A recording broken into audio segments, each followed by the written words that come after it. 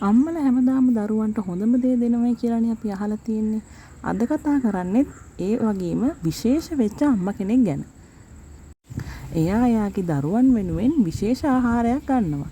ඒ ආහාරයෙන් හින්දා දරුවොත් ආරක්ෂා වෙනවා, ඒ වගේම එයත් ආරක්ෂා වෙනවා. ගස් ආශ්‍රිතව තමයි මේ ගෙම්බි විශේෂය ජීවත් වෙන්නේ. ජලජ පරිසරයේ ආශ්‍රිතව තියෙන ගස්වල තමයි මේගොල්ලෝ ජීවත් වෙන්නේ. මේගොල්ලෝ දාන බිත්තර වලින් පොඩි කුඩා ඉස්ගෙඩියන් හැදිලා ඒගොල්ලෝ කෙලින්ම වතුරට වැටිලා ඉතුරු ජීවන චක්‍රය ආරම්භ කරනවා. නමුත් මෙයාලට තියෙන ලොකුම ගැටලුව තමයි ඉස්ගෙඩියන් ආහාරයට ගන්න විවිධ මකුළු විශේෂ, මාළු විශේෂ වගේම කුරුළු විශේෂත් ජලජ පරිසරයවට ජීවත් වෙන හින්දා ශීඝ්‍රයෙන් මේ ඉස්ගෙඩියන්ගේ වර්ධනය පහළ බහිනවා. ඉතින් මේකට පිළිතුරක් විදිහට මේ ගෙම්බි අම්මා විශේෂ වැඩක් කරනවා. එයා කැලේ හැමතැනම ඇවිදලා අධික විෂ සහිත කූඹි ආහාරයට ගන්නවා. ඉතින් මේ සියලුම විෂ ද්‍රව්‍ය ගෙම්බි අම්මගේ ඇඟට අවශෝෂණය වෙනවා.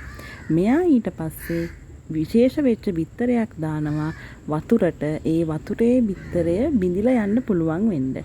හැබැයි මේ බිත්තරය ඇතුලෙන් ඉස්ගෙඩියක් නම් නෙමෙයි එන්නේ. මේ බිත්තරේ අන්තර්ගත වෙලා තියෙන්නේ අධික සාන්ද්‍රගත වෙච්ච විෂ ද්‍රව්‍ය. ඉතින් මේ දාපු බිත්තරේ වතුරේ බිඳිලා ගිහිල්ලා විෂ සේරම වතුරට එකතු වෙනවා.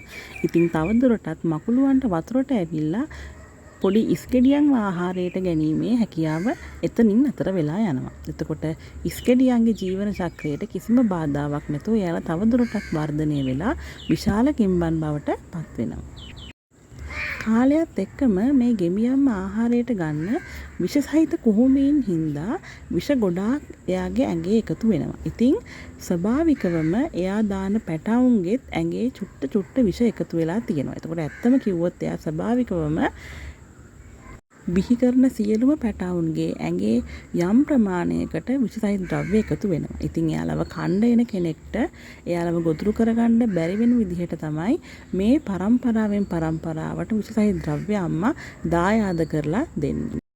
සමහර ගෝත්‍රික ජනතාව මාරාන්තික විෂ සහිත ඊතල හදන්නත් මේ ගෙම්බගේ විෂ පාවිච්චි කරනවා.